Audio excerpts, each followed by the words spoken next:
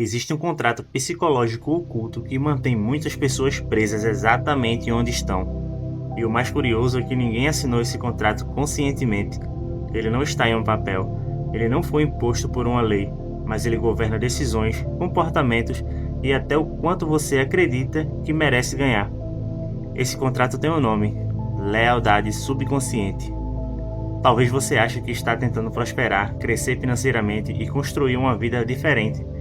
Mas em um nível muito mais profundo, uma parte do seu cérebro pode estar fazendo exatamente o contrário, protegendo seu pertencimento ao grupo do qual você veio. Porque para o cérebro humano, durante milhares de anos, ser expulso da tribo significava morrer. E embora hoje não vivamos mais em cavernas, o nosso sistema nervoso continua funcionando como se a rejeição social fosse uma ameaça à sobrevivência. É por isso que tantas pessoas estudam, fazem cursos, aprendem novas estratégias, trabalham mais, mas continuam encontrando maneiras de voltar para o mesmo lugar financeiro. O problema não está apenas na estratégia. O problema pode estar na identidade que você está tentando proteger. E talvez a pergunta mais importante que você possa fazer hoje seja esta: quem você precisaria deixar de ser para viver a vida que diz querer? Porque quebrar um teto financeiro não significa apenas ganhar mais dinheiro.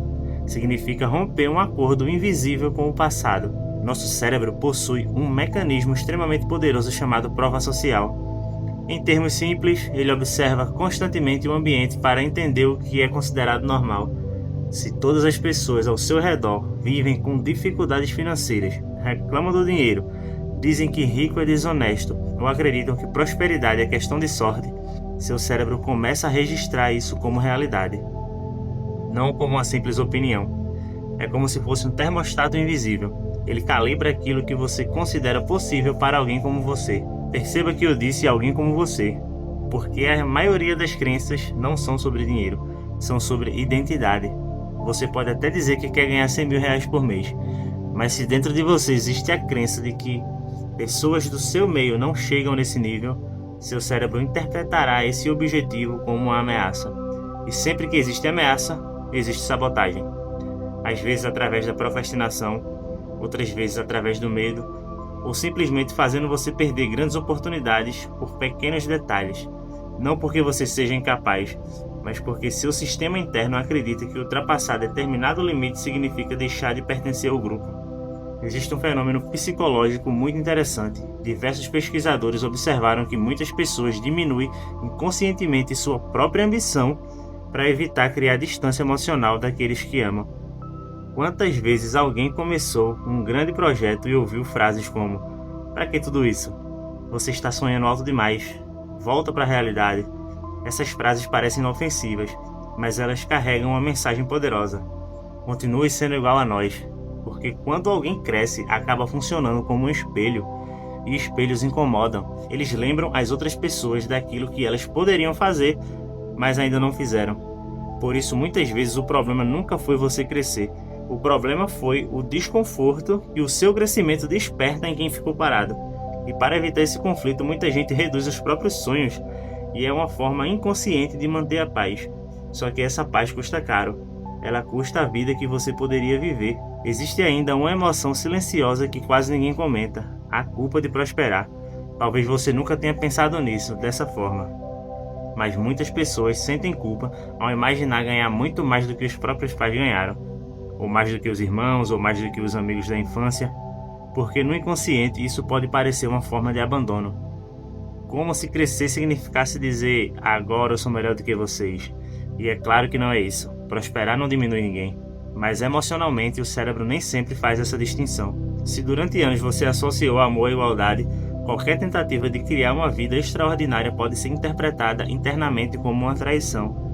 É por isso que tantas pessoas alcançam um novo nível financeiro e pouco tempo depois encontram maneiras de perder tudo. Não foi azar, foi retorno ao conhecido. O cérebro prefere um sofrimento familiar do que um sucesso desconhecido. Agora existe um padrão ainda mais sutil. Talvez você reconheça isso na sua própria família ou no ambiente onde cresceu. Em muitos lugares, reclamar da falta de dinheiro virou uma linguagem de conexão. As conversas giram sempre em torno do quanto tudo está caro. Do governo, da crise, das contas, dos problemas. Quem reclama pertence. Quem fala de oportunidade parece arrogante. Quem fala de investimentos parece exibido. Quem fala sobre prosperidade parece desconectado da realidade. Percebe como isso é poderoso? Sem perceber, você aprende que reclamar gera aceitação, enquanto criar gera estranhamento. Então seu cérebro escolhe aquilo que preserva o vínculo. E pouco a pouco, reclamar se torna um hábito emocional. Você deixa de procurar soluções porque sua energia está sendo consumida pela necessidade inconsciente de continuar fazendo parte daquela dinâmica. Só que a abundância exige uma linguagem completamente diferente. Pessoas que constroem riqueza tendem a perguntar: como isso pode ser resolvido? O que posso aprender? Qual oportunidade existe aqui?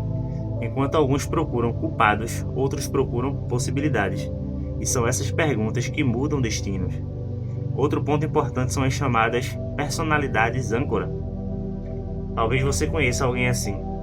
Sempre que você fala de um novo projeto, essa pessoa responde com ironia. Quando você conquista algo, ela minimiza.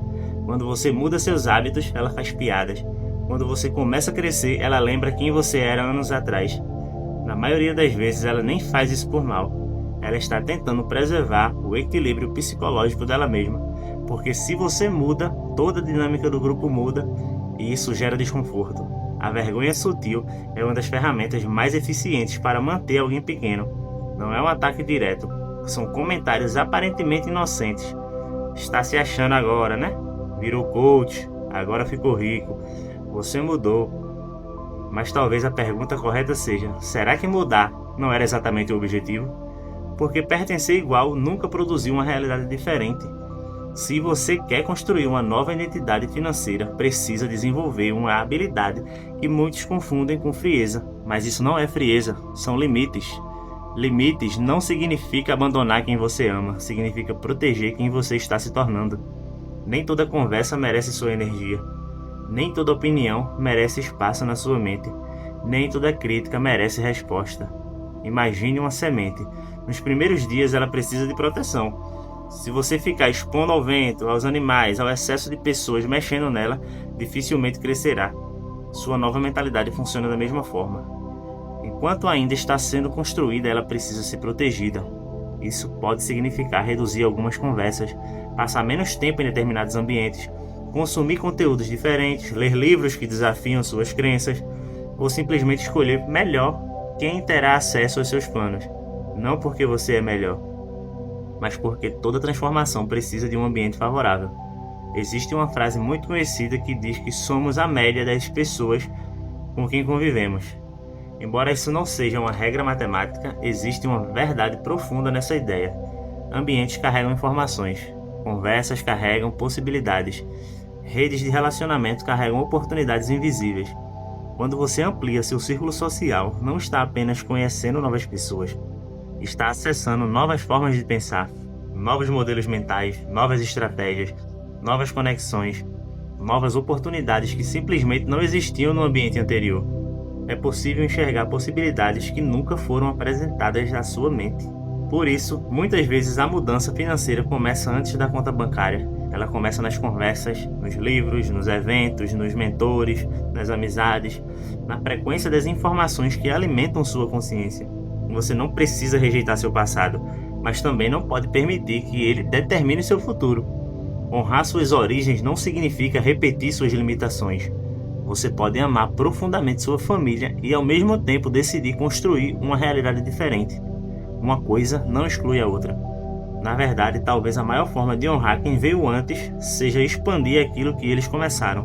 Mostrar para as próximas gerações que novos caminhos são possíveis. Chega um momento em que você deixa de ser apenas um reflexo do ambiente onde nasceu e passa a se tornar um farol. Alguém que mostra que existe outro caminho. Alguém que inspira sem precisar convencer. Porque exemplos falam mais alto do que discursos. Quando você muda sua identidade, sua linguagem, suas escolhas e seu ambiente, algo extraordinário acontece. Você deixa de vibrar na frequência da sobrevivência e começa a construir uma vida alinhada com criação, expansão e abundância. Não porque o universo resolveu premiá-lo, mas porque finalmente seu mundo interno deixou de lutar contra aquilo que você dizia querer viver. Talvez o maior obstáculo entre você e a prosperidade nunca tenha sido falta de dinheiro. Talvez tenha sido o medo de deixar de pertencer, mas existe uma verdade libertadora. Você não precisa escolher entre ser amado e prosperar. Você não precisa escolher entre honrar sua história e escrever um novo capítulo. Você pode fazer as duas coisas. E talvez seja exatamente isso que sua vida esteja pedindo agora. E se você deseja melhorar seu relacionamento com a prosperidade, clica no link da descrição e acesse o Código da Prosperidade, uma jornada prática de reprogramação mental para a prosperidade e abundância. Se este vídeo fez você enxergar crenças que nunca havia percebido, escreva aqui nos comentários a palavra expansão. Quero saber quem está disposto a romper esse contrato invisível com o passado e assumir uma nova identidade. E se este conteúdo trouxe uma nova perspectiva para você, compartilhe com alguém que também precisa ouvir essa mensagem. Às vezes uma única ideia pode mudar completamente a direção de uma vida. Nos vemos no próximo vídeo. Até lá!